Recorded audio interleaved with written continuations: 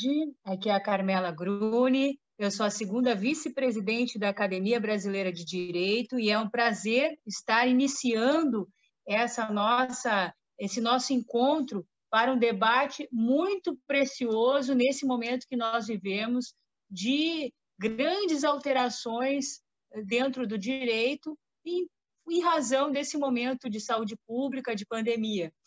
Com esse objetivo, a academia, visando integrar os objetivos que ela tem junto à sociedade brasileira, está utilizando agora esse instrumento de comunicação para nos aproximar. Eu queria rapidamente mencionar que a Academia Brasileira de Direito ela tem como alguns dos diferenciais ao longo das 40 cadeiras que compõem, com então 40 confrades, 27 estados são exclusivos, 27 cadeiras são exclusivas para cada estado da federação, e também nós temos o patrono, que é uma escolha de um jurista renomado que compõe e representa essa cadeira. Então, são 40 cadeiras, 27 representando os estados brasileiros. Para debater hoje o tema proposto, o direito e a pandemia, como ficam as empresas, consumidores e contratos, nós temos 3 integrantes da academia. O primeiro integrante que eu apresento é o advogado André Meira, mestre em Direito, doutorando pela Universidade de Lisboa, presidente do Instituto Silvio Meira, e é o primeiro vice-presidente da Academia Brasileira de Direito. O advogado, professor Rodrigo Sampaio, pós-doutor em Direito, professor da USP de São Paulo, secretário adjunto da Academia Brasileira de Direito, promotor de justiça, especialista, né, agora atuando na defesa do consumidor do Ministério Público do Pará, ex-presidente da Associação Nacional do Ministério Público, a CONAMP, membro do Instituto Silvio Meira e membro da ABD, né? E com essa proposta nós damos início à nossa conversa, o direito e a pandemia, como ficam as empresas, os consumidores e os contratos. Estou falando com vocês e com a tela do computador aberta, passando a palavra inicialmente para meu colega, o André Meira, abordando a temática da empresa, as alterações que tiveram decorrentes do momento que nós viemos. Na sequência, quem conversa conosco é o César Matar Júnior, que daí vem abordando as questões dos consumidores e nos aspectos contratuais, o que muda, quais são as possibilidades, pode aplicar ou não teoria do risco, e outras coisas mais, o Rodrigo de Lima Vaz Sampaio. Espero que vocês aproveitem, tendo algum questionamento, alguma sugestão de pauta, envie para nós, que nós vamos avaliar com carinho,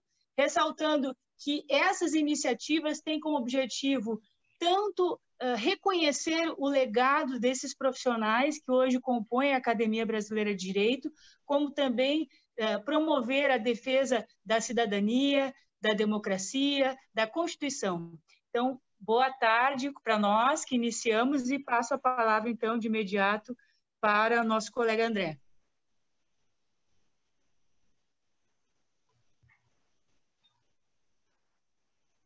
Obrigado, minha querida Carmela Gruni.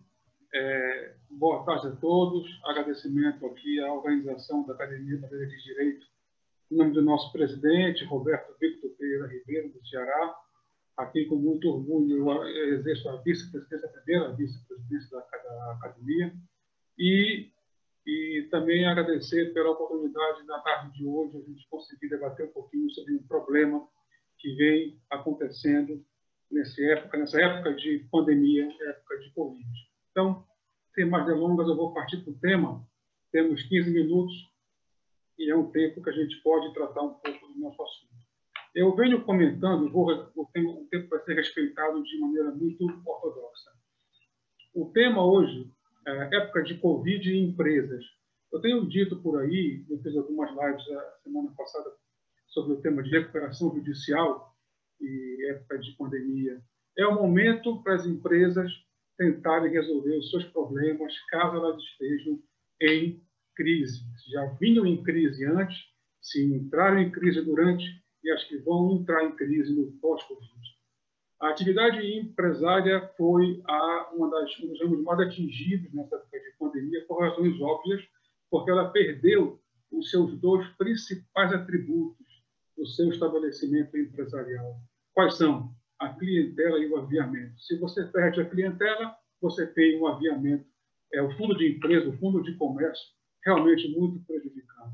É como se o motor de um veículo parasse, porque os clientes que estão em casa e as empresas de produtos e serviços têm que se reconstruir para o mercado delivery, para o mercado de entrega do domicílio, se o seu objeto do negócio assim o comportar. Então, é uma crise que foi atingida sem querer, ninguém administrou mal a empresa para isso, ninguém pediu para o vírus acontecer, ninguém praticou um ato de fraude. Foi uma situação completamente extemporânea, fora o direito, fora o mercado, fora o campo de jogo. Então, é uma crise que ninguém pediu, ninguém esperava. Mas ela está aí e ela é uma grande realidade. E atingiu no seu âmago a atividade de empresa, que é aquela atividade que eu sempre defendo como a mais importante que existe na economia da sociedade. Porque se não é a empresa, se não é o empresário que arrisca o seu próprio dinheiro para investir no negócio, ele não abre emprego. E sem abrir emprego, não há trabalhador, não há relação de trabalho, nem de emprego. Se não há empresa, não há imposto. O Estado deixa de recolher. Então, é um efeito dominó sem precedente. A gente está vendo isso no nosso dia a dia. Então, a empresa hoje que tem uma situação difícil, se ela ficou durante a pandemia, ou já vinha antes, ou vai ter depois, um dos grandes caminhos para seguir, do meu ponto de vista, para tentar solucionar juridicamente o seu problema, é a recuperação judicial. É utilizar a Lei 11.101/2005, porque nesta lei, lá no artigo 47, se você pegar o artigo 47 desta lei e ler ele 30 vezes, você vai achar a resposta para tudo. Ele é o espírito da lei. Toda lei tem um espírito, já dizia a grande obra, o espírito das leis. E o espírito desta lei, que é o âmago do direito de empresa, é recuperar a empresa até onde for possível. A falência deve ser o último caminho. Se encontrou uma luz no fim do túnel, por menor que seja, vamos tentar recuperá-la. Se a recuperação, que é um processo judicial doloroso, custoso, não é bom para ninguém, mas é, às vezes, um caminho a ser seguido. Só que ele é um processo que tem uma característica. Se você der entrada, se você ajuizar, se você protocolar, não tem volta. É um caminho sem volta. E esse caminho só tem duas linhas. Primeira, a recuperação dá certo, ser frutífera. E segundo, a recuperação não dá certo e conrolar em falência. Só que os princípios e pressupostos, e requisitos e características desse processo específico dessa lei vai sofrer, já está sofrendo muitas mudanças, e na época de Covid vai sofrer mais ainda, porque o judiciário vai precisar, não só o judiciário, mas a doutrina, os estudiosos, sobretudo as universidades. Eu acho que nesse tempo de Covid, a universidade precisa reencontrar o seu ponto central no direito brasileiro, porque é através dela, dos seus estudiosos, que vão seguir as respostas. Mas o judiciário, já que é um processo judicial, vai precisar flexibilizar muita coisa que a lei traz. Vou dar aqui para vocês 3 exemplos.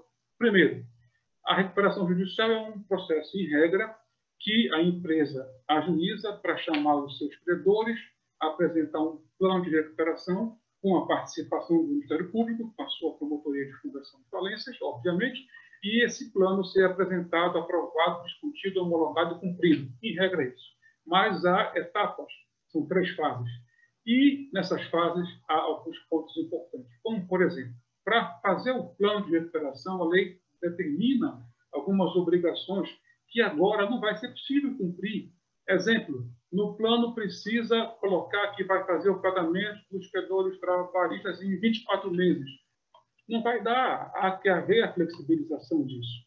Na lei diz que a trava bancária, contratos que não sofrem efeito, como dizem, fidúcia e ACC, esses contratos que não sofrem efeito da recuperação judicial, a minha visão, o judiciário já está dando algumas respostas favoráveis a isso, vai ter que sofrer. Então, se a minha atividade empresária possui contratos com bancos, não é? Com garantia real, leasing, fidúcia, que normalmente, pela legislação, não entrariam no plano, vai ter que entrar.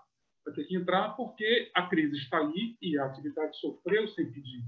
Não é? Diferentemente se ela tivesse praticado um ato ilícito, que não foi feito.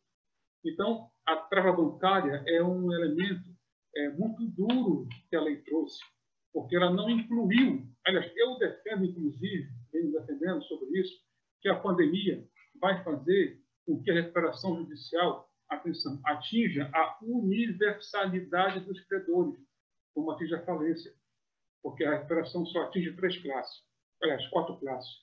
Então, por que não atingir o fisco? Por que não chamar para o plano de recuperação judicial o Estado, a Fazenda? Chama. Por que não chamar os contratos de leasing, de fidúcia? Chama. Sobre os contratos, e aí meu amigo Rodrigo Sampaio, que é uma autoridade no tema, mais tarde vai falar para vocês, que nós estamos, e a pandemia veio reverdecer essa discussão, o que vai se aplicar? Não é? O pacto sunt servanda ou rex stantibus, quer dizer, cumprir o que está lá no contrato, ou há a possibilidade de mudar, há a possibilidade de rediscutir diante da pandemia? Esse é um tema para o meu amigo Rodrigo, que vai tratar muito bem mais tarde com vocês. Então, eu vejo que a recuperação judicial é um caminho que vai ser utilizado, já vem sendo utilizado para algumas empresas e vai ser muito mais comum no pós-Covid. Inclusive, as empresas que já vinham numa recuperação judicial, atenção, já vinham cumprindo um plano aprovado e homologado lá atrás, no meio da pandemia, e com ela pode, inclusive, requerer um plano alternativo. Pode, inclusive, requerer uma nova Assembleia de Credores para rediscutir o reequilíbrio econômico-financeiro do plano, porque, naturalmente, o plano de recuperação judicial, quando ele é aprovado em Assembleia e é homologado pelo juiz, ele é uma inovação de crédito. Não é? Ele é uma inovação de crédito, correto? E essa inovação de crédito pode ser rediscutida numa situação dessa, não é? Que veio extra-campo, extra-pauta, mudou a economia, mudou a situação do mercado. O Deus mercado é imperdoável, ele responde para as empresas como o vento nas dunas. Ninguém vai saber para onde vai aquela areia, de acordo com o vento. E esse vento está soprando contra as atividades de empresa. E, nesse ponto, eu defendo que as recuperações judiciais que já vinham em andamento podem sofrer mudanças, devem sofrer mudanças, porque as recuperandas poderão requerer na Justiça uma nova Assembleia de Credores para rediscutir o plano daqui para frente, já que a situação é completamente adversa. E aquelas empresas que ainda vão ajuizar o processo, porque vão sentir agora a crise, vão no pós-Covid procurar esse processo, já vão poder entrar na Justiça pedindo a flexibilização de algumas regras jurídicas que lá estão, utilizando a dialética entre lei e direito e os princípios, porque o artigo 47, sobretudo, traz função social, preservação da empresa, manutenção da fonte produtora, preservação dos empregos dos trabalhadores. E tudo isto que está no artigo 47 é a resposta, é a luz, é o espelho para todas as diretrizes que a lei traz, incluindo esse efeito da pandemia, que vai dar subsídio para os princípios ficarem no caldeirão efervescente, para que o processo possa correr de maneira mais célere e mais fácil, e mais tranquilo, e menos doloroso para as partes, porque a recuperação judicial é um processo que engessa os credores. E, felizmente ou infelizmente, esse momento de pandemia é um momento maravilhoso para os devedores. Maravilhoso para os devedores, péssimo para os credores. Porque se eles, credores, não negociarem, não baixarem sua bola, não sentarem para rediscutir, não vão receber, porque o nosso país é um país que tem uma cultura de judicializar tudo. Então, aquele devedor que encontra na sua frente um credor com um muro intempestivo, ele vai dizer, tudo bem, então não vou discutir na justiça. Pronto, se você não quiser discutir agora amigavelmente, vamos discutir na justiça. Então, é o momento de os devedores, não é? Felizmente ou infelizmente, aproveitarem esse ponto. E aí, a pandemia, ela pode ser utilizada, e vai ser utilizada como fundamento, como base fática para requerer o que for preciso no Poder Judiciário. Vai ter que dar a resposta. Né? Eu tenho defendido, outro dia, me disseram, André, você está defendendo que a pandemia pode justificar tudo para a empresa. Por que não? Justificam tudo para os empregados. A Covid já até virou doença ocupacional. Doença ocupacional. Covid virou doença ocupacional. Quer dizer, na minha opinião, é um absurdo. Então, se pode justificar a Covid uma doença ocupacional, por que não pode justificar um beneplácito do devedor empresário que quer resolver o seu problema? Pode. Você não pode justificar uma flexibilização da regra de acordo com os princípios em favorecimento da empresa? Pode, deve. Pode, deve. Se pode para um, pode para o outro lado. O importante é que as duas partes se encontrem para que resolvam os seus problemas, credor e devedor. E a recuperação judicial é um caminho que deve ser seguido, deve ser procurado. Eu espero que o judiciário receba, a expectativa é esta, vários processos dessa natureza na sua estrutura, e tomara que não receba processo de falência, porque a falência ninguém quer. A falência é a quebra, não é? É a bancarrota, quer dizer, é o fechamento da maneira mais terrível de uma atividade empresarial, né? E sempre tem que ser a última curva a ser virada à esquerda. O princípio maior é recuperar. E se essa atividade de empresa conseguir sair da crise sem recuperação, ótimo. Se ela conseguir procurar uma consultoria externa, extrajudicial, né? E através da consultoria de recursos humanos, uma consultoria boa financeira, ela conseguir sair dessa crise que ela acabou de entrar, uma maravilha. Ela tem que procurar esse caminho. Tem que procurar um jurídico, tem que procurar um contador, tem que procurar um perito para fazer uma análise econômico-financeira da sua crise, não é? Fazer uma análise da solvência da empresa. Qual é essa solvência, pequena, média ou grande? É irreversível? É reversível? Em que grau de reversibilidade? Não é? Ela precisa ter uma análise prévia do seu mapa para poder dizer: o caminho é a recuperação, o caminho é tentar me salvar sem a justiça, ou o caminho é a falência. Porque se a crise é tão profunda, nem vale a pena você entrar com a recuperação. Vá para a sua autofalência, que é um caminho muito menos custoso, e é um caminho muito mais correto, e é um caminho muito mais rápido para que você volte ao direito de maneira limpa, para que você volte a poder praticar atos jurídicos, não só você, pessoa física do sócio, como da pessoa jurídica, de maneira limpa e de maneira lícita para os terceiros de boa fé. Portanto, a atividade empresária, meus ouvintes, foi realmente uma das mais atingidas na pandemia. A crise da empresa ela é inerente, ela está aí, não é? De vários segmentos, correto? E, obviamente, a atividade empresária deve procurar a sua solução, primeiramente, nos seus recursos humanos. E com os recursos humanos, ela parte para o lado financeiro. Então, essa é a minha contribuição nesse pequeno debate. Estou aqui à disposição de todos os ouvintes, via mensagem, via YouTube, etc., para tirar qualquer tipo de dúvida.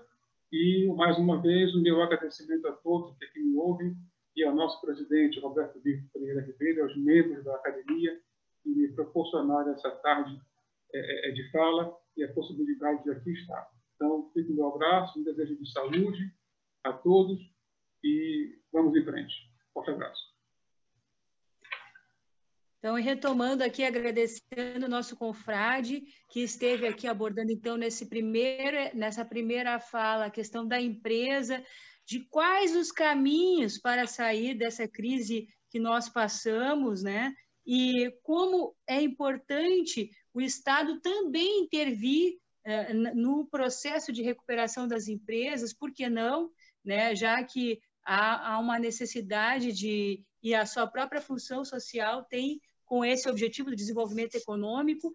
Assim, dando prosseguimento, eu quero, então, agradecer ao colega André Meira, dizer que essa iniciativa virtual tem a coordenação do Fábio Capilé, que é o integrante aqui da academia, secretário, e também agora dando, então, a palavra para o nosso colega César Matar Júnior, que é promotor de Justiça do Consumidor do Ministério Público do Pará, ex-presidente da Associação Nacional do Ministério Público, membro do Instituto Silvio Meira, para abordar os aspectos de como ficam as relações com os consumidores, como nós temos que avaliar o papel do Ministério Público, como as pessoas podem se recorrer a esse órgão para essas demandas que estão ocorrendo e como é que as empresas também podem lidar com a atuação do Ministério Público, né, nesse sentido do diálogo, e para que a gente consiga passar por esse momento. Muito obrigada pela presença. Me retiro da tela para ocupar, então, o colega César Matar Júnior. Muito boa tarde, César. Boa tarde aos queridos confrades. Saúdo inicialmente, até por questão de deferência especial, temos uma queridíssima amiga fazendo a mediação, a doutora Carmela Gruni, que também é a segunda vice-presidente da Academia Brasileira de Direito. Eu saúdo os nossos confrades, presidente do Instituto Silvio Meira, doutor André Meira, meu querido amigo, doutor Rodrigo Sampaio, que é o doutor André, que é também primeiro vice-presidente da Academia Brasileira de Direito, o doutor Rodrigo Sampaio, que é o secretário adjunto, também nosso confrade de academia. Saúdo o doutor Fábio Capilé, nosso confrade, e que não mediu esforços para que essa sequência de lives da Academia Brasileira de Direito fosse produzida. E, por último, mas não com menor importância, ao contrário, saudar o nosso queridíssimo presidente Roberto Vitor e todos os membros que compõem a grandiosidade que perfaz hoje a Academia Brasileira de Direito. É um momento de júbilo, para mim, em particular, não somente por participar dessa live, mas por participar ao lado de grandes referências do mundo jurídico nacional, inclusive na seara empresarial, como o doutor Rodrigo e o doutor André Meira. Eu, de início,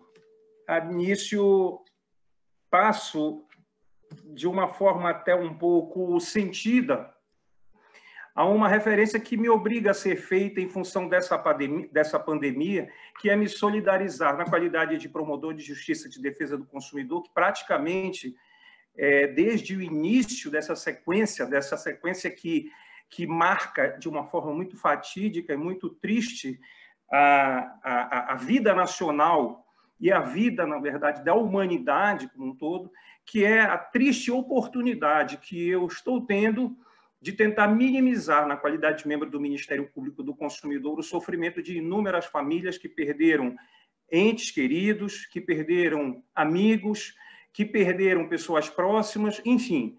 É preciso que no mínimo, nós nos solidarizemos com essas pessoas e, ao mesmo tempo, roguemos a Deus todos os dias para que este problema, esta crise, passe o mais rápido possível. Uma crise, na verdade, que foi marcada, está sendo marcada, no que pese os altos e baixos que são denotados no mundo todo, mas também no Brasil, por duas características que me parecem bem sensíveis. A primeira delas é a universalidade. A universalidade, há quem já tenha feito comparações com o que tenha ocorrido no período medieval, com a peste negra. A peste negra, no que pese a gravidade da situação naquele momento, o número de vidas que foram perdidas e a forma como atingiu a Europa, principalmente, ela teve uma localização continental. Nada parecido e nada que se vislumbre próximo daquilo que nós estamos tendo a infelicidade de acompanhar diuturnamente, principalmente os operadores de direito que lidam diretamente com essa matéria, que é uma crise de caráter eminentemente global. Esta crise ela é universal e ela não vislumbra, o pessoal costuma comparar e dizer que ela nivelou as pessoas. Ela não somente nivelou as pessoas, independentemente de classe social, independentemente de religião, independentemente de sexo, independente de qualquer outra divisão que se queira denotar neste momento. Na verdade, ela nivelou pessoas, ela nivelou instituições, ela nivelou empresas, ela nivelou nações e ela nivelou economias. Ela atingiu o mundo de uma forma universal e globalizada, como tudo que ocorre nos dias atuais. Essa é a primeira característica que eu denoto neste fatídico episódio que marca a humanidade neste momento. Mas a segunda característica, que me parece mais adequada e que vai ser debatida com mais propriedade, trazida pelo colega Dr. Rodrigo Sampaio, é o fato de, como disse o Dr. André, de que esta pandemia findou por flexibilizar contratos, findou por flexibilizar ajustes, findou por flexibilizar direitos. Eu iria mais longe. Eu diria que esta pandemia agiu com o condão de relativizar ajuste, de relativizar contratos. E relativizar por quê? As regras que sempre permearam, tanto em nossos textos pátrios, a possibilidade de relativização do contrato, elas eram excepcionais. Nós temos hoje o inverso ocorrendo. Se antes nós tínhamos regras que eram tratadas em determinado momento com algumas posturas, algumas necessidades de excepcionalidade, hoje nós temos o inverso. Nós temos um momento de exceção, tratando as excepcionalidades antigas como regras. As excepcionalidades contratuais que permitem a suspensão dos contratos, que permitem a interrupção dos contratos, que permitem a alteração dos contratos, inclusive em sede consumerista, elas estão hoje estabelecidas como regras, apesar de já consignadas antes, seja à luz do Código de Defesa do Consumidor, seja à luz do Código Civil. O Código de Defesa do Consumidor, que remonta os anos 90, ele é de 1990, e o Código Civil de 2002. Mas o próprio Código de Defesa do Consumidor, em seu artigo 6º, já trazia a possibilidade, desde que, havendo excepcionalidade, limitação do tempo, você poderia, como pode hoje ainda, flexibilizar e suspender os efeitos desse contrato com uma delimitação temporal, inclusive. O Código Civil, da mesma forma, ele foi alterado no ano passado, pelo menos nesses dispositivos gerais que tratam, cuja previsão vem consignada no artigo 421, 420, 421, 422, enfim, em caráter geral, a possibilidade, dada a imprevisibilidade, e eu vou abrir um parêntese aqui para essa questão da imprevisibilidade, porque eu prefiro acreditar em evento natural do que dar credibilidade àquelas teorias que hoje são tidas como da conspiração de que esta pandemia pudesse ter sido provocada. Ainda que isso viesse a ocorrer, e no futuro isso ficará cristalino, é um evento natural que pode ter sido artificializado. Esta imprevisibilidade, me parece, que diante de tantos avisos, e essa crise ela é única no período pós-guerra, no período pós-Segunda Guerra, exatamente pelas características que eu fiz questão de referenciar no início, essas características e essa possibilidade ela já foi aventada, se nós remontarmos as matérias que foram publicadas nos anos de 2009, de 2010, 2011, e mesmo as experiências com outras não pandemias, mas com outras epidemias que afligiram a humanidade, como a H1N1, o próprio SARS, sob outra, antes dessa mutação, já nos avisava, já nos trazia a possibilidade de que isso pudesse ocorrer de uma forma mais grave no futuro. E nós não nos preparamos. Até a imprevisibilidade, você pode considerar a possibilidade de que esta pandemia não foi prevista, mas que ela era previsível. Nós não adotamos, e quando eu falo em nós não adotamos, eu não estou me restringindo ao universo brasileiro, mas estou falando em termos global de que nós não nos preparamos, talvez, para o óbvio. E teremos que adotar posturas num curto espaço de tempo, e em breve será sancionada uma nova lei, assim eu espero, apesar de ter vindo de forma célere mais a destempo, mas nós teremos que nos adequar e nos preparar para o período pós-pandemia.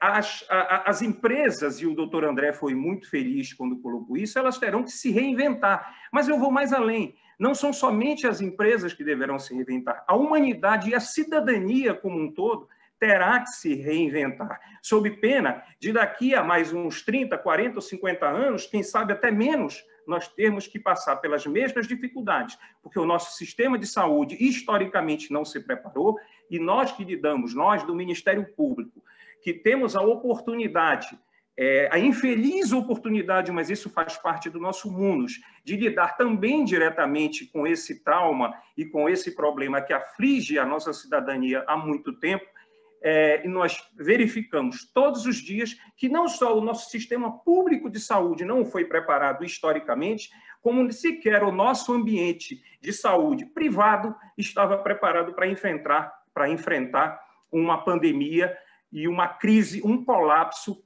como o que se vislumbrou em todo o país com este fatídico episódio. Quando eu abordei a questão da possibilidade de relativização dos contratos, eu faço questão de trazer à baila novamente que a atividade do Ministério Público na seara consumerista, e eu vou puxar aqui a sardinha para a nossa brasa, nós temos primado dentro da nossa promotoria, e esse é o universo ao qual o Ministério Público brasileiro se dedica, por preservar contratos. Preservar contratos. Na medida em que nós devemos preservar os princípios que regem, inclusive o projeto de lei que segue a sanção agora, que é o 1179, que foi aprovado no Senado depois de ter passado pela Câmara Baixa, e que segue a sanção presidencial agora, privilegia de modo ainda mais destacado as regras que estão combinadas, que estão previstas no Código de Defesa do Consumidor, apartando e separando aquelas que são efetivamente tuteladoras da vulnerabilidade e da hipossuficiência consumerista, inclusive de algumas outras que estão consignadas no Código Civil. Exatamente porque neste problema, neste vislumbre de crise pandêmica que nós estamos vivendo, o lado mais fraco é quem deve ser tutelado, quem deve ser protegido para que seja preservado o equilíbrio do contrato, que ao fim e ao cabo é realmente a essência de qualquer ajuste, de qualquer produção que seja feita no âmbito da iniciativa privada, notadamente. Aqui, recentemente, nós tivemos, por indicação, inclusive, da Secretaria Nacional de Defesa do Consumidor, órgão vinculado ao Ministério da Justiça, a oportunidade de expedir alguns atos administrativos, inclusive em sede de recomendação e de notas técnicas, a 3 segmentos que atingem de forma mais próxima, de forma mais contundente, alguns dos bens que são mais caros à população brasileira, que é a saúde, a educação e o direito à alimentação.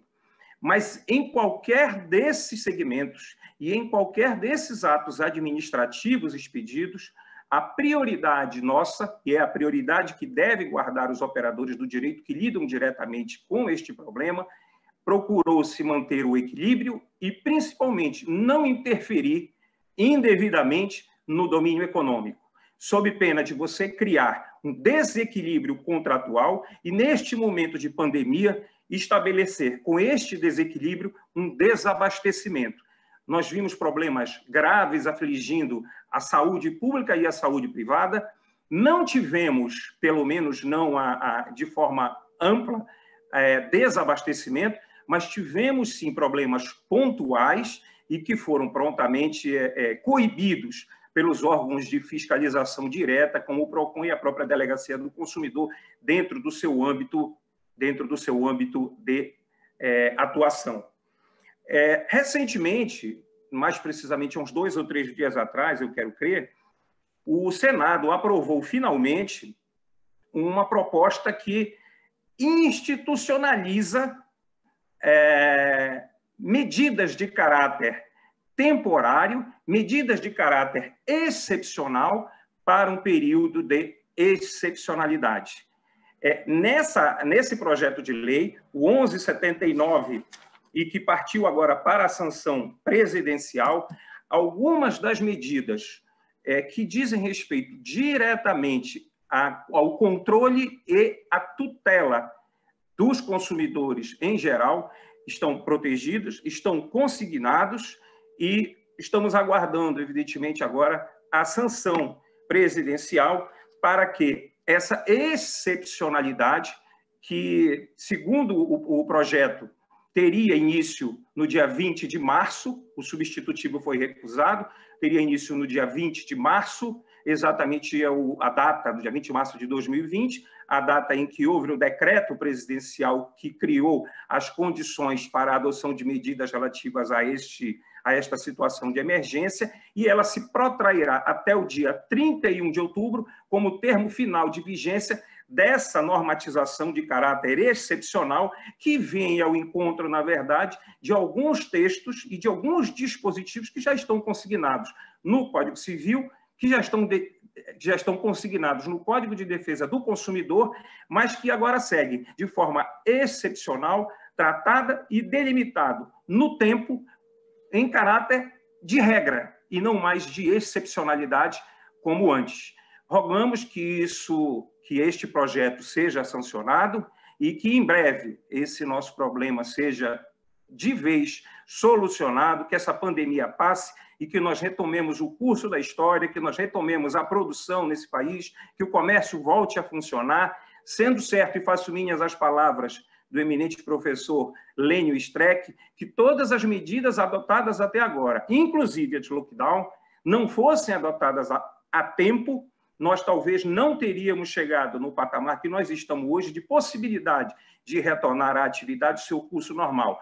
É a chamada legalidade extraordinária, que precisou ser adotada e que contou com o apoio também do Ministério Público Brasileiro para que os objetivos fossem alcançados. Eu agradeço a oportunidade, fico à disposição e saúdo novamente a Academia Brasileira de Letras, por sua diretoria, pela iniciativa, e me coloco à disposição para prosseguir nos trabalhos. Então, eu agradeço ao colega, né, César Matar Júnior. Nós ouvimos, então, relevantes contribuições abordando essa questão das características desse fatídico episódio que é gerado pela pandemia, a questão da universalidade, a questão da humanização das relações e de enxergar as necessidades tanto do aspecto empresarial como do consumidor, como dos trabalhadores, como bem também pontuou o outro colega que antecedeu, o André Meira, abordando a questão da recuperação judicial, dando ênfase ao artigo 47 da Lei 11.101, que fala sobre a recuperação judicial, então, preservação da empresa, proteção aos trabalhadores e os interesses dos credores. Então, nesse contexto, dando seguimento, mas antes, não posso deixar de comentar que nós temos manifestações aqui no chat do nosso canal da Academia Brasileira de Direito, né, com algumas perguntas que eu passo, então, depois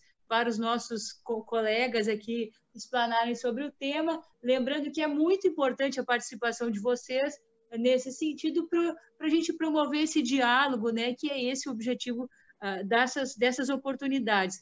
Esta, então, é a segunda live da Academia Brasileira de Direito e nós estamos abordando, então, o direito à pandemia, como ficam as empresas, consumidores e os contratos. Agora, chamo o colega, o confrade, advogado Rodrigo Sampaio, pós-doutor em Direito, professor da USP de São Paulo, secretário adjunto da Academia Brasileira de Direito, que vai abordar, então, os aspectos contratuais. Como é que ficam? Será que vamos aplicar? O que ele vai dizer sobre a teoria da imprevisão? Vamos ver o que ele vem aí para conversar conosco, né? E essa flexibilização que nós vivemos de um momento atípico, totalmente novo para todos nós e que, com certeza, agora, mais do que nunca, aquelas experiências que nós estamos vivenciando têm que servir de uma forma positiva para, no futuro, sabermos aprender com o que deu certo nesse período e aquilo que nós precisamos melhorar. O que faltou? Então, eu tiro a minha imagem, passo a palavra para o colega Rodrigo, lembrando, façam perguntas pelo chat, aqui do YouTube, que é muito importante. Faça os seus comentários, sugira os seus temas. Nós temos 40 colegas, né, confrades, confreiras, que compõem a Academia Brasileira de Direito, e vai ser um prazer poder dialogar com vocês. Seja bem-vindo, Rodrigo.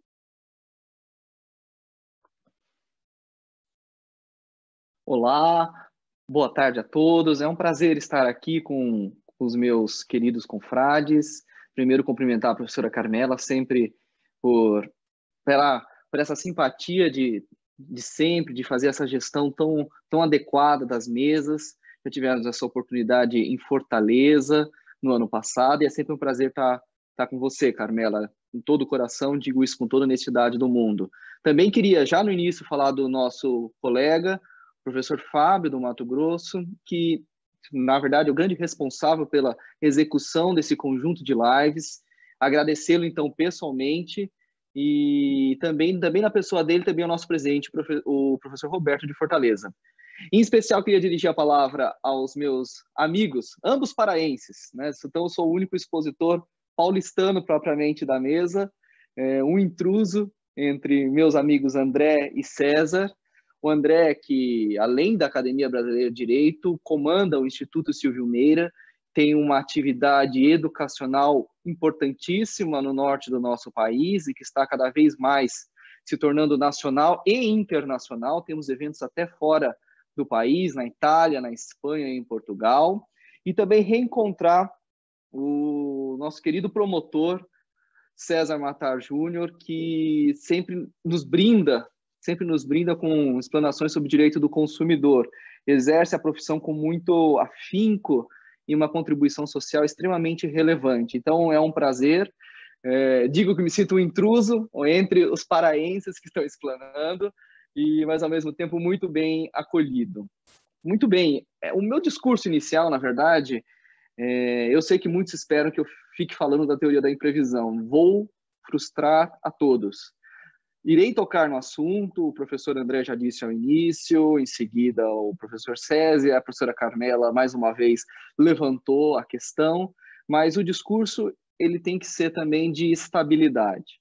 Segunda-feira passada, tivemos o prazer, também com o professor André, em conversar com o professor Alessandro Irata, da Universidade de São Paulo, professor associado da Universidade de São Paulo, livre-docente em Direito Romano, em que nós demonstramos a instabilidade e segurança que institutos jurídicos milenares criam também para situações de crise.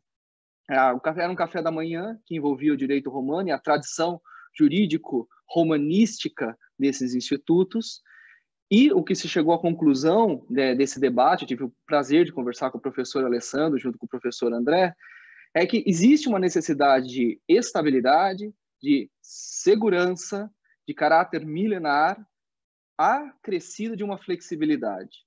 Só que nossos institutos tradicionais, eles já apresentam essa flexibilidade. E, muitas vezes, nós temos que fazer alterações pontuais nesses institutos. Então, o professor César Matar muito bem citou esse projeto de lei 1179, que vai à sanção presidencial, que fez uma alteração de regras relacionadas ao direito privado, então, que afeta todos nós nessa mesa, comercialista, civilista e consumerista. E esse projeto, ele traz algumas regras temporárias e excepcionais para esse período em que vivemos. Então, utiliza de institutos tradicionais que conferem estabilidade e aplica algumas diferenças para esse momento em particular. Muito bem. Eu queria começar essa minha fala, além dessa mensagem inicial, contando ou recontando uma história importante. Logo no início da Bíblia, no Gênesis, existe uma narrativa a respeito da Torre de Babel. Bom, todos nós conhecemos a história, né? A Torre de Babel é utilizada como uma alegoria por parte dos linguistas para a criação das diversas línguas existentes. E é também um arquetipo próprio quanto ao orgulho humano de querer construir e querer se igualar a Deus. Existe toda uma tradição de estudo mitológico a respeito dessa passagem, tanto por parte, posteriormente, dos mitólogos específicos e também de uma tradição literária. O Milton, no Paraíso Perdido, trata em vários pontos a respeito dessa torre que na verdade desafia a Deus e a sua posição, e ela oferece um tratamento interessante também para o direito. Isso que eu queria ressaltar agora no início. Um professor da Universidade de Harvard, Charles Fried, que na verdade é um dos maiores contratualistas da atualidade, ele tem um livro importantíssimo, O Contrato como Promessa, Contract as Promise. Ele utiliza essa passagem, essa alegoria, faz uma referência até mesmo a um quadro do século XVI, de Bruegel, o Velho, né, o pai, em que existe uma descrição da Torre de Babel. Ele utiliza essa narrativa para nos trazer uma mensagem contratual. De fato, é curioso como essa passagem nos recorda que a torre ela foi construída, iria atingir os céus, mas o que interrompeu o trabalho dessas pessoas envolvidas nesse projeto? Não foi um raio, não foi alguém que sacou uma arma ou um chicote e impediu que os demais trabalhassem. O que impediu foi que as pessoas começaram a falar diversas línguas. Então, o que se destruiu propriamente foi o entendimento entre aquelas pessoas.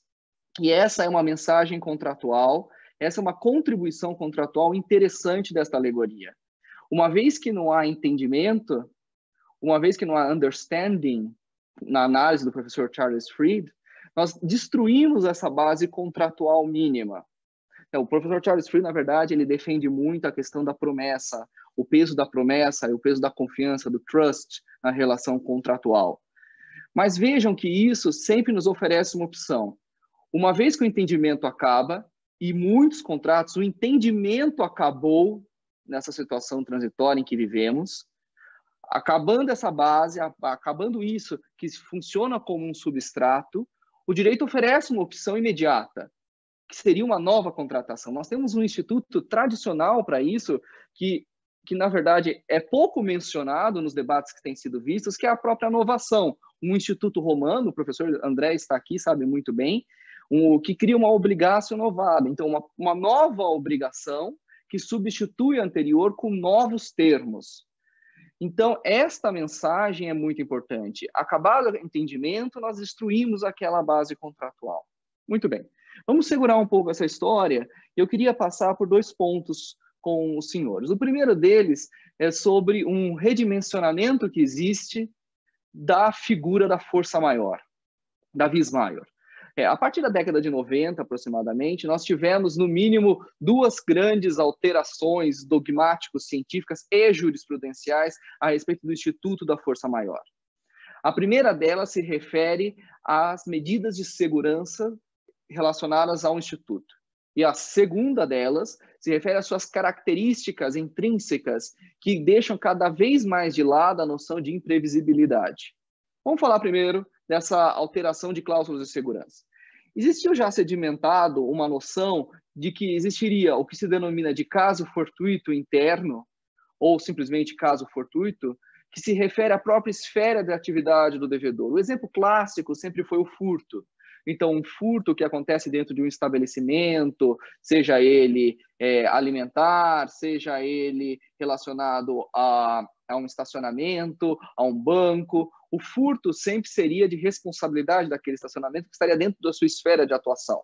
Ao contrário, nós teríamos uma força maior, e alguns ainda denominam uma força maior extrínseca, quando esse evento está absolutamente desconexo daquela atividade empresarial, da atividade desenvolvida ou dos atos desenvolvidos por aquele devedor. Então, essa oposição em círculos criou uma sedimentação muito forte por parte da jurisprudência, só que o ponto sempre de questionamento é: qual é esse limite? Quando um evento de força maior passa a ser um caso fortuito interno, ou vice-versa. E o ponto que se determinou foi: quando eu tenho medidas de segurança suficiente para controlar aquele evento, trata-se de caso fortuito interno e não de força maior. Vejam que esse discurso ele impacta diretamente as empresas. Uma vez que eu tenho medidas de segurança suficiente, eu internalizo o risco. Essa é uma preocupação muito importante que muitas vezes nos passam despercebidos. Atualmente, do ponto de vista acadêmico, eu tenho me dedicado 100% praticamente, a uma faculdade, a uma instituição aqui de São Paulo, o Cell Law School, em que trata basicamente dessas estratégias jurídicas em campos de conselhos de administração.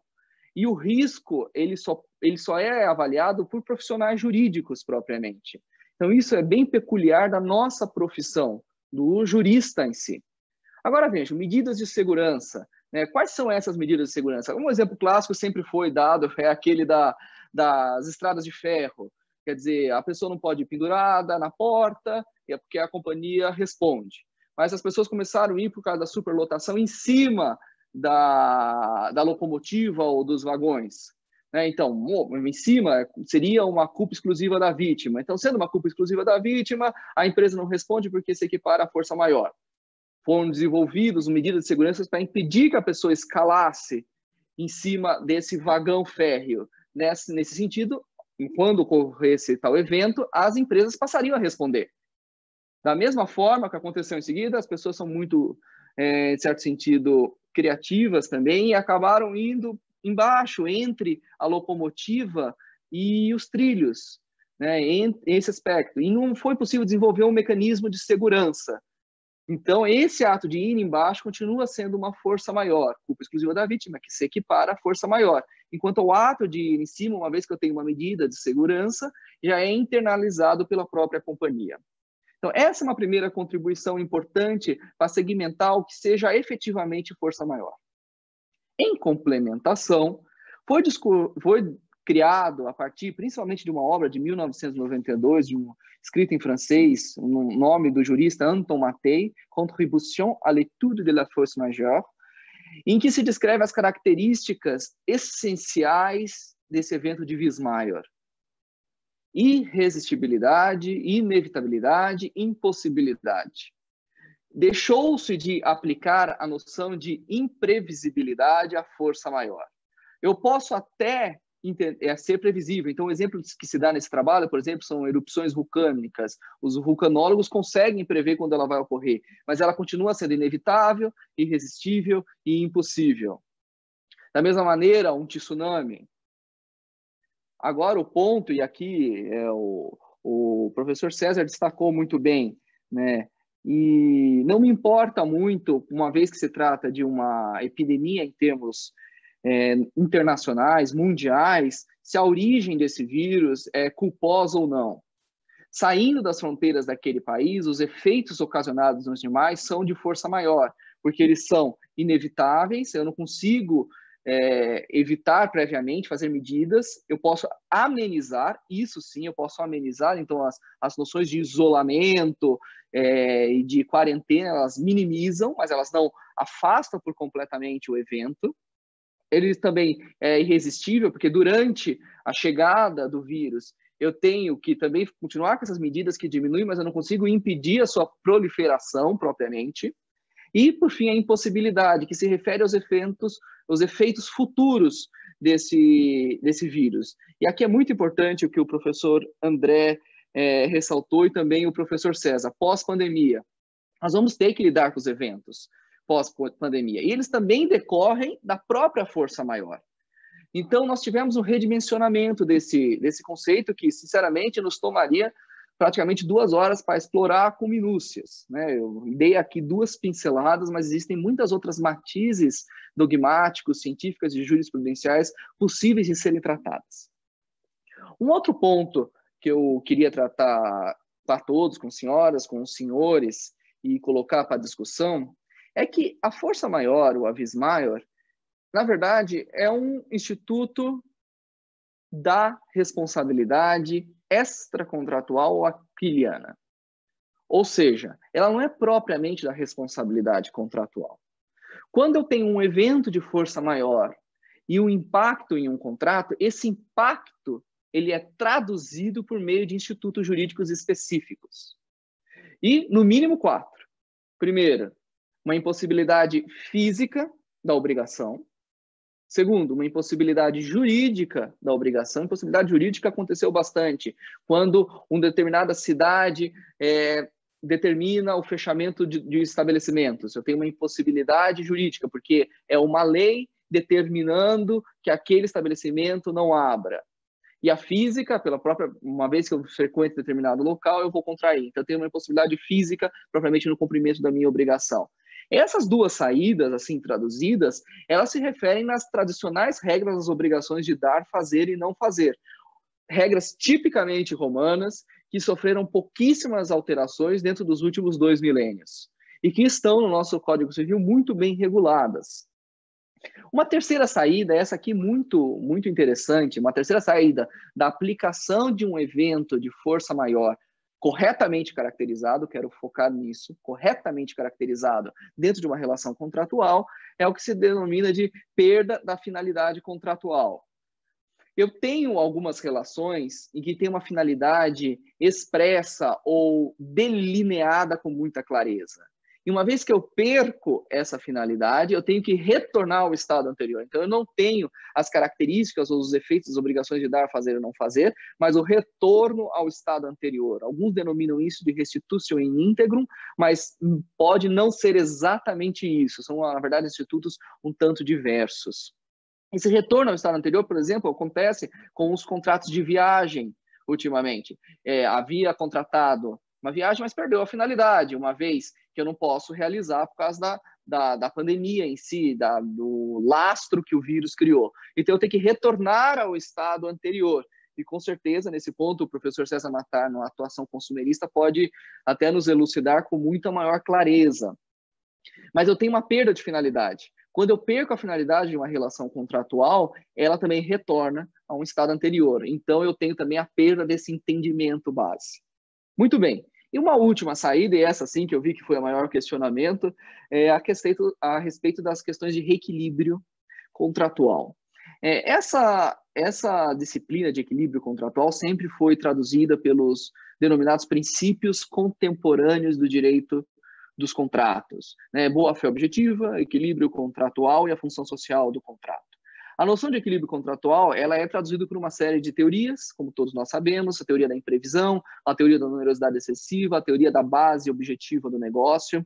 E essas teorias, elas visam a reestabelecer conforme alguns elementos, elas variam com seus elementos, a reestabelecer um equilíbrio que inicialmente existia. Isso é muito interessante.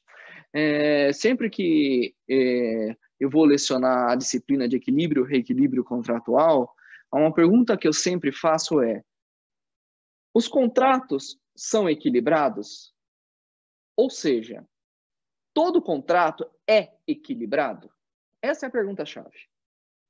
E a maioria dos alunos e das alunas, ou num debate, chegam a falar, não, tem que haver um equilíbrio inicial. Bom, mas em que termos que tem que ser esse equilíbrio? O exemplo mais clássico eu tenho um apartamento para ser vendido, sou uma pessoa física, então eu não estou dentro de uma relação consumerista, sou uma pessoa física e vou fazer essa venda para um terceiro. O professor André me oferece 100 mil pelo apartamento, o professor César me oferece 200 mil, a professora Carmela, generosamente, vai me oferecer 400 mil. Objetivamente, por uma avaliação, o apartamento vale 100 mil. Para quem eu devo vender o apartamento? Bom, a resposta só é uma, com a professora Carmela, por 400 mil. Então é desequilibrado esse contrato. Eu não estou me referindo a preço vil, nada disso. Então, essas considerações estão à látere. É lógico que eu vou vender a professora Carmela que ofereceu um valor maior por aquele imóvel. E isso é muito interessante. Não é que os contratos eles são equilibrados, mas eles têm uma equivalência inicial. No caso, 100 mil para 400, vamos dizer que ele valia 100 mil, objetivamente, então de 0,25 para 1. É essa equivalência inicial que tem que ser mantida nas teorias de reequilíbrio contratual. Então, melhor do que falar em equilíbrio, é melhor falar em equivalência prestacional. E o professor André ressaltou um ponto, que existe sempre essa tensão dos pacta sunt servanda, ou do princípio dos pacta sunt servanda, e dessa construção medieval rebus sic stantibus, que vão desaguar nessas teorias de reequilíbrio que eu mencionei ao início. Por certo, houve o projeto de lei 1179, ele realmente flexibilizou a aplicação dessa teoria, diminuindo algumas características necessárias. E a tendência, em muitas relações, é aplicar o reequilíbrio. Só que o que eu quero dizer a todos é que não é essa a única saída possível. Vejam que só nessa uma rápida explanação, podíamos nos deter por horas em cada uma delas. Impossibilidade física, impossibilidade jurídica, perda da finalidade, reequilíbrio contratual e mais ainda, eu queria agora acrescentar a história da Torre de Babel, a perda do entendimento na relação contratual. Se eu perco essa base simples, esse entendimento, essa confiança base, eu tenho uma quinta saída, que é justamente uma nova contratação por meio de um instituto de inovação.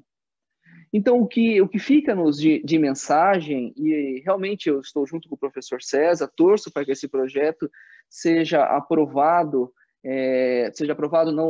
seja, enfim, sancionado pelo presidente da República, e que o mais rápido possível, e tenho certeza que isso é melhor, muitos juristas importantes participaram nesse projeto, o professor Otávio da USP, o professor Fernando Campos Scaff da USP, a professora Paula Forgione da USP, o professor Marcelo Adamec da USP e tantos outros de outros locais, de universidades, alguns de São Paulo, outros de outros estados.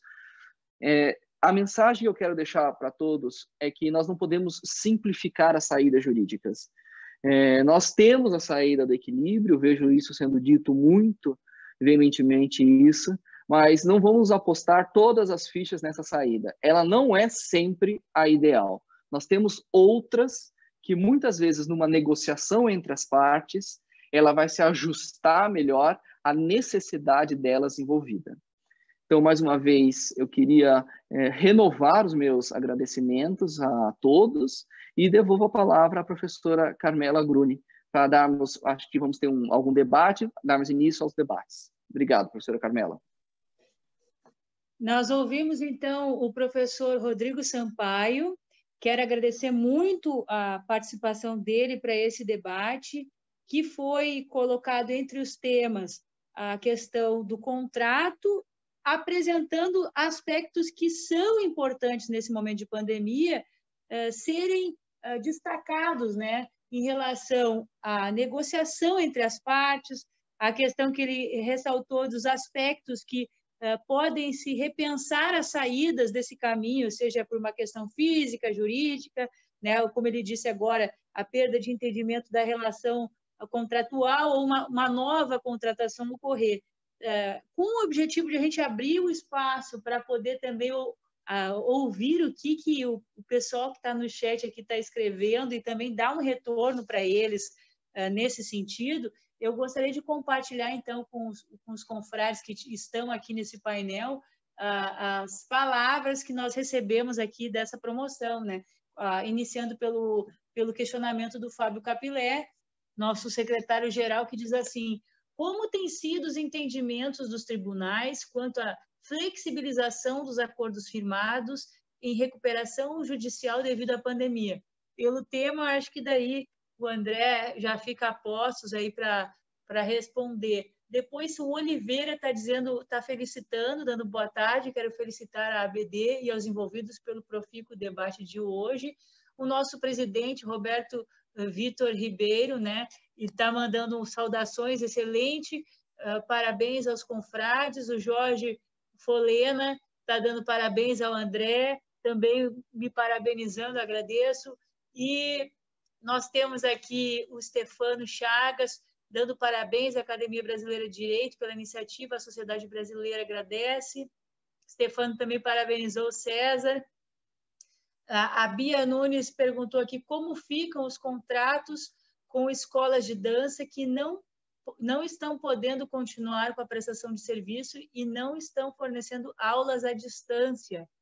Acredito que possa ser tanto o César quanto o Rodrigo dar dois entendimentos, né? Então, como ficam os contratos de escolas de dança para essas situações que não estão podendo dar aulas à distância. O Marcos Vinícius Cordeiro, lá da comunicação da Ordem dos Advogados do Brasil, seccional Rio de Janeiro, está mandando saudações, né, da diretoria da comunicação. Nós agradecemos a audiência, a participação. E também, vamos ver se tem mais. Por enquanto, eu deixo, se houver mais questionamentos, eu passo aos colegas. Vou vou passar a palavra primeiro para o André, na sequência eu passo para o César e para o Rodrigo, se vocês concordarem, então, certo? Vou tirar a minha tela daqui e vamos ver se o André aparece aí primeiro nessa sequência aqui, se vai dar certo aqui. Vamos lá. Muito bem. Doutora Carmela, mais uma vez, agradecer a minha querida amiga pela oportunidade, pela bela exposição que está fazendo no comando dessa tarde, e também agradecer meu amigo nobre, Fábio Capulé, pela organização que fez dessa live, da nossa ABD. E parabenizar os meus amigos César Matá e Rodrigo Sampaio pelas brilhantes exposições que fizeram, cada um no seu tema. E eu anotei aqui algumas coisas, como o tempo é curto, e nós não temos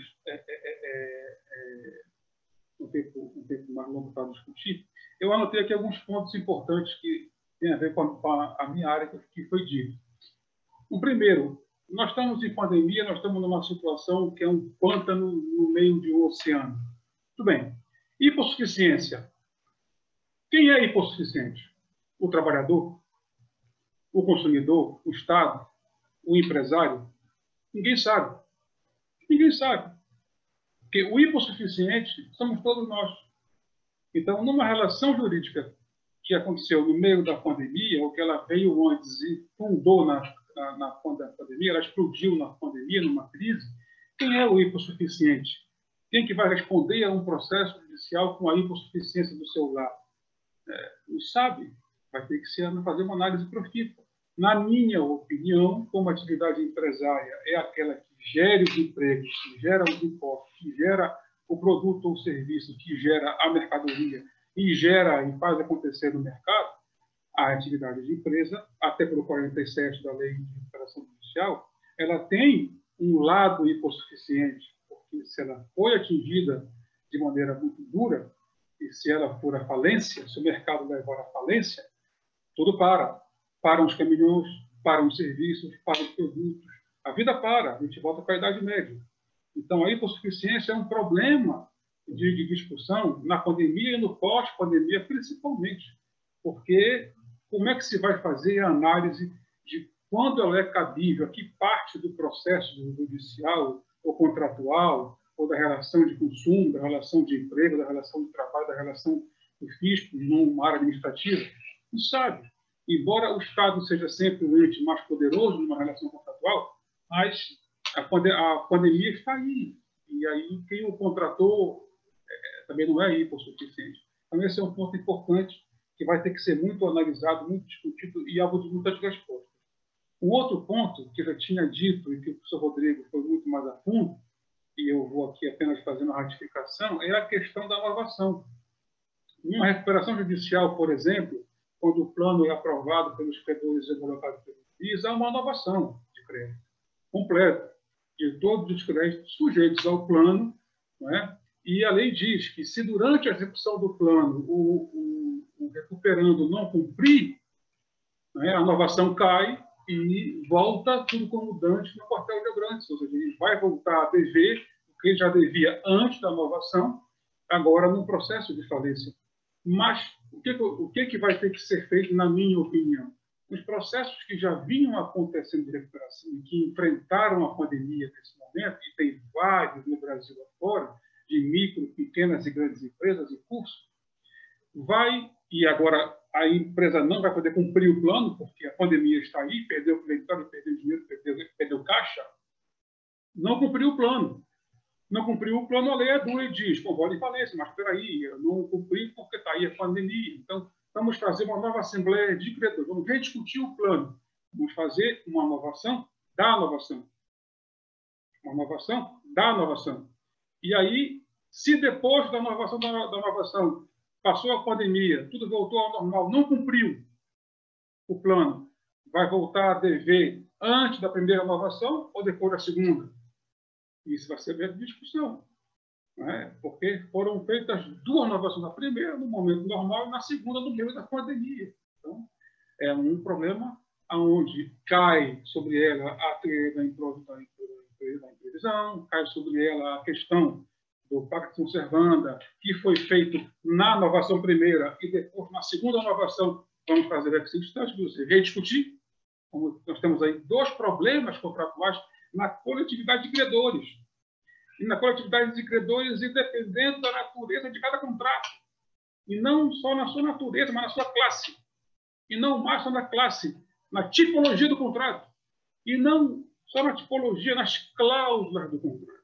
E aí nós sabemos que no Brasil é vigente, infelizmente, os contratos de adesão, onde o equilíbrio não se tem equilíbrio no de adesão. A grande maioria no Brasil está de adesão. Então, e aí? Como fica? Não é? Porque a relação contratual, como aqui bem disse o nosso compadre Rodrigo, a natureza dele tem que ser o equilíbrio nas suas cláusulas, nas suas regras para as duas partes, para as três partes, para as partes todas. Mas numa adesão não há equilíbrio, não há nem discussão. Olha, você assina, você não assina. É o que está aqui, pronto. Tu tem a necessidade, tem do outro lado um cartel, tu vai ter que assinar. Exemplo disso, bancos, telefonia e outros.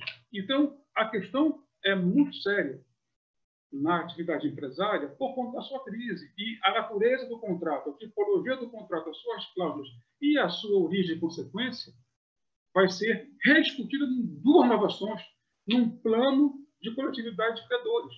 E não obsta dizer que esta inovação, vai continuar ou não a suspensão da executividade das ações judiciais, que fala o artigo 52 da lei. Então, a coisa é muito profunda, é muito profunda. O Capilé, aqui no chat, fez uma pergunta importante, se há algum exemplo de flexibilidade já na pandemia em relação aos contratos, na relação da recuperação judicial. Eu respondo da seguinte forma, como eu já disse na minha primeira explanação, muitas regras vão ter que ser flexibilizadas em relação à recuperação judicial. Citei alguma delas na primeira fala que fiz. Mas agora, respondendo ao meu nobre amigo Capilé, o Judiciário já está respondendo há muito tempo em relação a essa flexibilização, por exemplo, da trava bancária. Diz o Judiciário no país inteiro, hoje, isso é questão puramente jurisprudencial contra a regra legal. Diz, a trava bancária cai se os contratos de leasing e fidúcia financiam, por exemplo, o principal maquinário daquela atividade. Vou dar para vocês um exemplo rápido. Uma distribuidora entra em crise, não é? E na recuperação ela vai dizer o seguinte, Excelência, eu financei meus 200 caminhões por um leasing no BASA, ou no Banco do Brasil. Esses contratos não sofrem efeito do processo. Mas vai ter que sofrer, porque se não sofrer, eu vou perder meus 200 caminhões, eu vou à falência. Então, nestes casos específicos, onde os contratos de fidúcia dizem, por exemplo, financiam o principal maquinário da atividade, diz a jurisprudência, eles esquecem o que a lei fala e entra no plano. Mas agora eu defendo que, independentemente da natureza da obrigação, independentemente da natureza da regra que foi criada quando o contrato nasceu, e independentemente do seu objeto, esses contratos de leasing, fidúcia e ACC vão ter que adentrar ao plano de recuperação judicial. Eu defendo não só isso, como defendo a universalidade dos credores. E aí, Capilé, para finalizar a minha resposta em relação à pandemia de recuperação, as novidades que estão aí em evolução, semana passada houve uma decisão muito importante do Tribunal do Rio de Janeiro que deferiu a recuperação judicial de uma atividade civil, da instituição Cândido Mendes. Cândido Mendes foi a primeira que flexibilizou na história da lei de recuperação e falência, porque o artigo 1º e o artigo 2º da lei é muito claro. A lei só se aplica à atividade empresária e ao empresário. O artigo 966, caput, pronto. Quem não exerce atividade de empresa não está sujeita ao benefício da Lei 11.101. E o artigo 2º excetua aquelas que, mesmo sejam atividade de empresa, não sofrem efeito. Como, por exemplo, os bancos, plano de saúde, empresa pública, de economia mista, etc. Mas, agora, semana que passou, o Tribunal do Rio de Janeiro, uma decisão muito bonita, inclusive textualmente muito bem feita, inclusive usando muitos princípios constitucionais e princípios do artigo 47 da lei, disse o seguinte: a associação civil, mesmo não sendo de direito atividade de empresa, com registro, etc., ela, no seu âmago, tem finalidade econômica social. E por isto, ela tem a necessidade, tem a possibilidade de ter o deferimento do processamento da sua recuperação judicial. Então, esta decisão abriu uma porteira muito grande, atenção, para que as atividades civis também possam ir à justiça requerer uma recuperação de empresa, mesmo não sendo.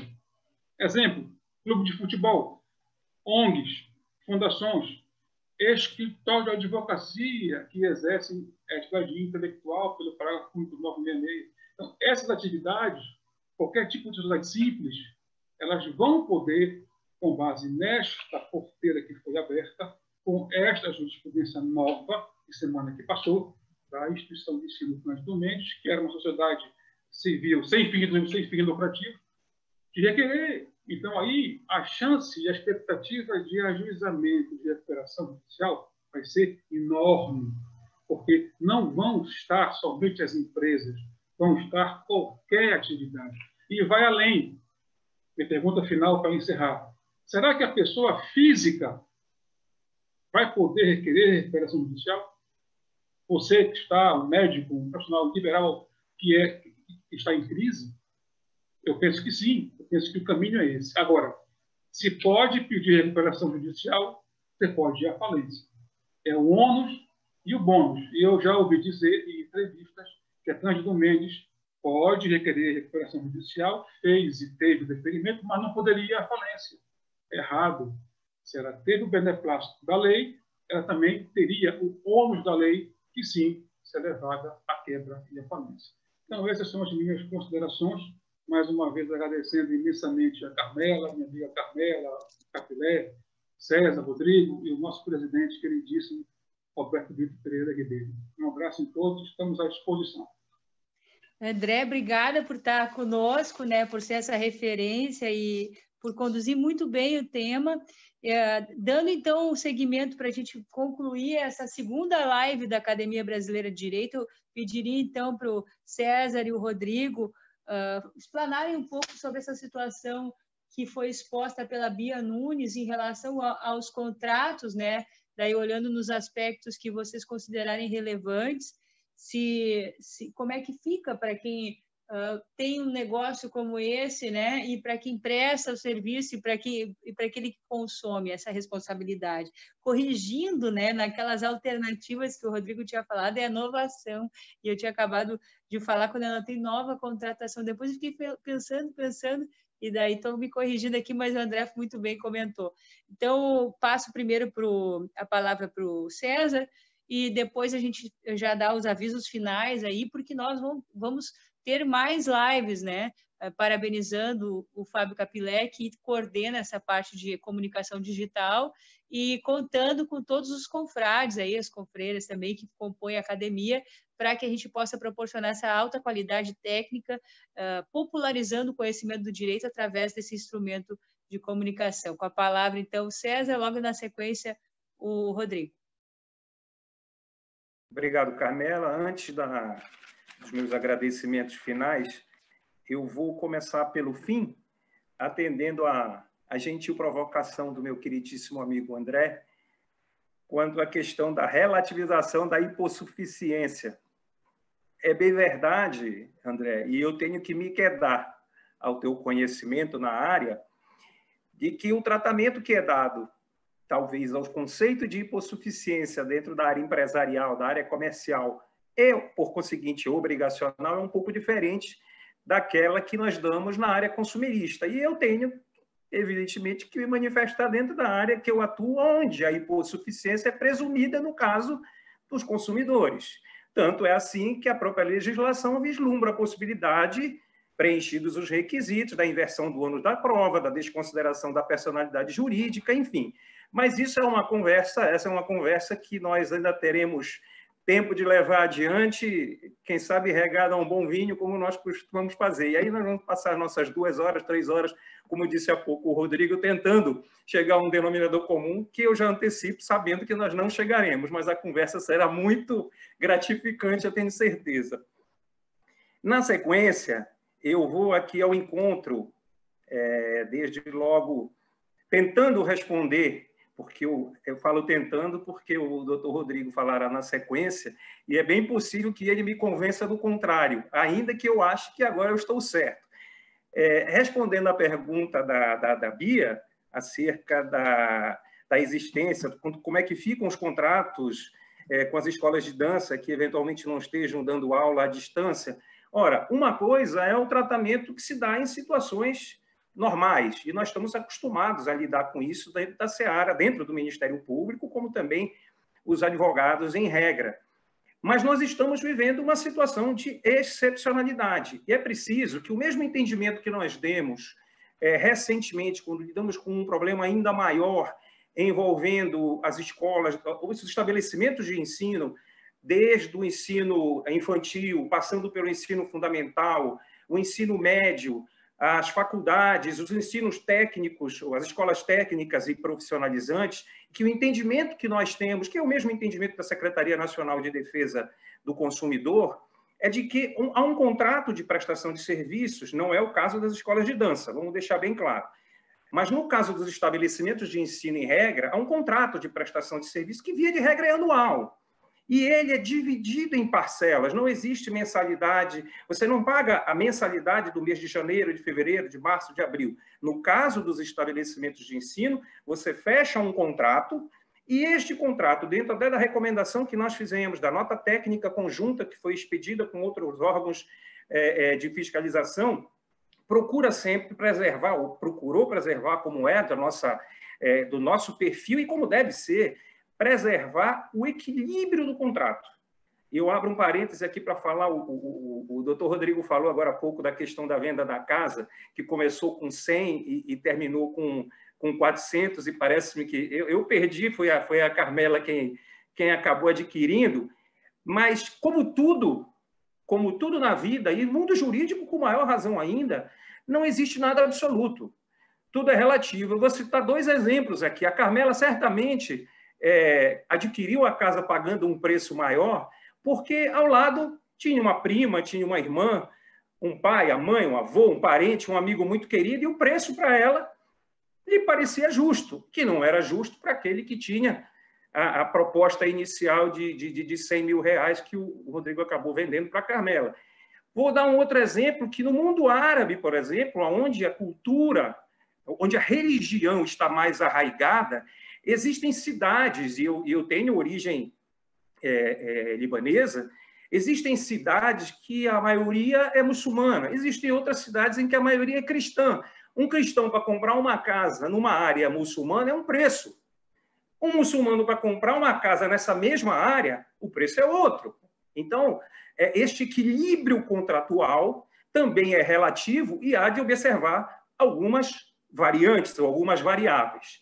Voltando à questão das escolas de dança e já saindo dos estabelecimentos de ensino, situações excepcionais hão de ser tratadas com excepcionalidade. Como você tem um contrato entre partes, um ajuste entre partes voluntário, portanto, espontâneo, não houve nenhuma outra condicionante na hora que você fechou o contrato. E nós estamos vivendo uma situação de excepcionalidade, só há um caminho para a solução desse contrato. No caso das escolas de dança, é o diálogo, é a composição. Certamente, se essa escola de dança pretende continuar funcionando, ela vai manter os seus clientes atuais. O que ela não pode também, preservando aqui o interesse do consumidor, mas preservando o interesse do empresário, do proprietário ou da proprietária da escola de dança, que não deu causa a essa paralisação, inclusive, no nosso caso concreto, no lockdown estadual, no Pará, e é um lockdown que se replicou, que, na verdade, eu não sei se são 7, 8 estados, 9, enfim, que adotaram procedimentos semelhantes. As escolas de dança ficaram impedidas de funcionar. Então, este equilíbrio há de ser preservado, mas neste caso concreto, é com a composição. Não há outra maneira. Judicializar, eu não sei se quem fez a pergunta é proprietária da escola de dança ou é consumidor, mas de um jeito ou de outro, o caminho da judicialização, neste caso, não me parece eficaz, até porque, uma vez judicializado, a composição também será trabalhada no âmbito da judicialização, porque não haverá decisão unilateral em prejuízo de duas partes que não deram causa. Vamos ter que só cuidar o tempo, tá? 1 minuto, e daí por causa que a gente já está estendendo o nosso tempo de live já em 25 minutos a mais do previsto. Vamos tentar sintetizar um pouquinho. Obrigado, Carmela. Concluindo, então, eu com esses meus argumentos, eu fui ao encontro, inclusive, de um comentário com a autoridade que o doutor Rodrigo fez, da importância da negociação entre as partes. Eu concluo sabendo e esperando que a cidadania saia melhor desse processo, que as empresas que estão se reinventando saiam melhor. Jamais imaginei que empresas que trabalham com comércio de tecido fossem trabalhar com delivery dentro do seu dia a dia, dentro da sua rotina, e isso está acontecendo.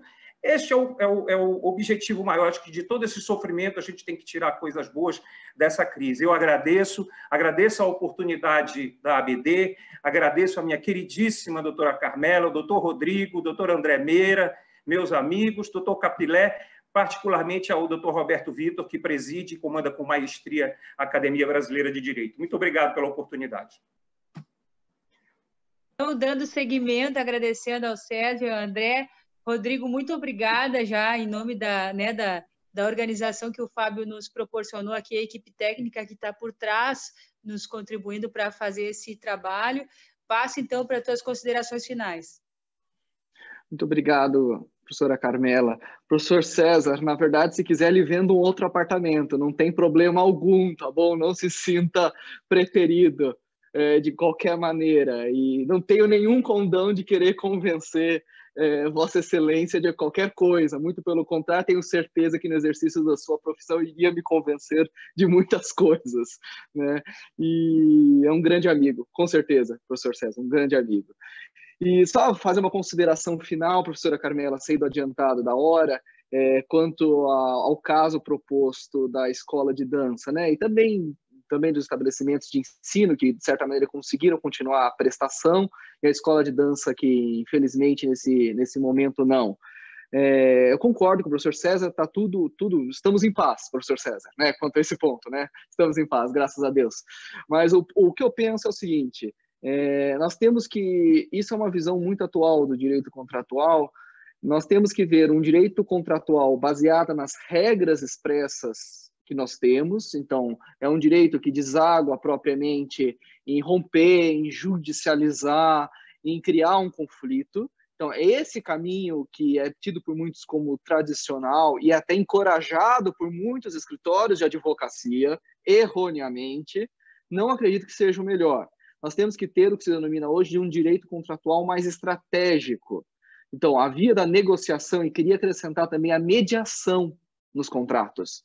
Então, evitar gerar esse conflito e, além disso, manter o relacionamento entre as pessoas. Isso é o mais importante, é manter o relacionamento entre quem frequenta a escola de dança e a proprietária da escola de dança. Realmente, pela pergunta, não ficou claro. Fiquei que nem o professor César, não sei se a pessoa estava por lá ou por cá.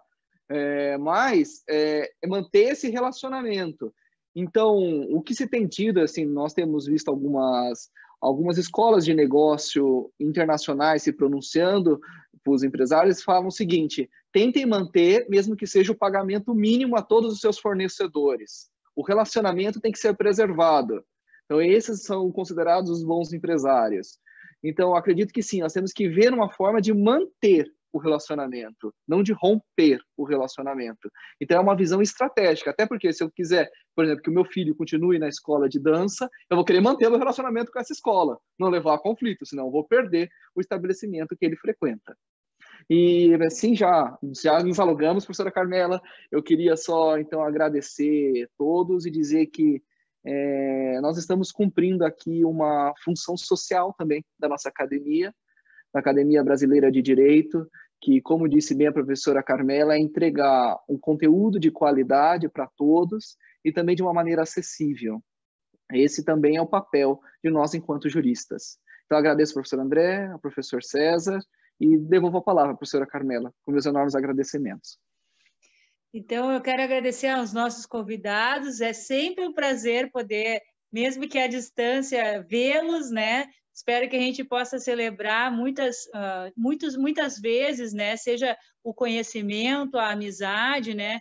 E que justamente é essa questão que promove o diálogo, promove o afeto, promove a reflexão e a transformação. Acho que quando a gente propõe o pensamento reflexivo, a gente coloca para também aquele que está nos assistindo a possibilidade de pensar em novas alternativas. Então, dentro do conhecimento de cada um de vocês, eu agradeço em nome do Fábio Capilé, né, que é o organizador dessa parte digital, e a gente está contribuindo hoje aqui na mediação.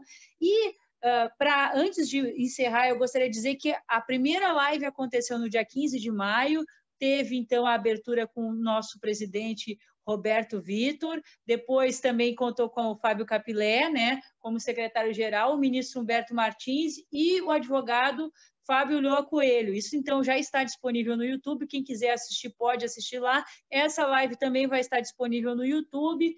As perguntas, se alguém tiver fora desse período que nós tivemos aqui curto, que a gente não pôde saber se a Bia era a consumidora ou ela era a empresária, mas, enfim, nós procuramos aqui, através das diferentes perspectivas, apresentar uma resposta, agradecendo também a todos que, de alguma maneira, aí na equipe técnica estão colaborando, e convidá-los, né, para no dia 28 de maio, a próxima quinta-feira, nós teremos uma nova edição, né, de conversa aqui, de live da Academia Brasileira de Direito, a qual a gente conta com a divulgação, a participação de vocês e a contínua sugestões de temas, né, que nós vamos explorar o saber de cada confrade, né, cada confreira, para que se possa, a partir desse diálogo, a gente levar para vocês o melhor do melhor aqui que a gente pode compartilhar em termos de conhecimento e popularização do direito. Muito obrigada. Para todos. Um beijo grande. Beijo, beijo. Valeu, então. Bom descanso aí para quem fica. Obrigado, gente. Até a próxima. Até.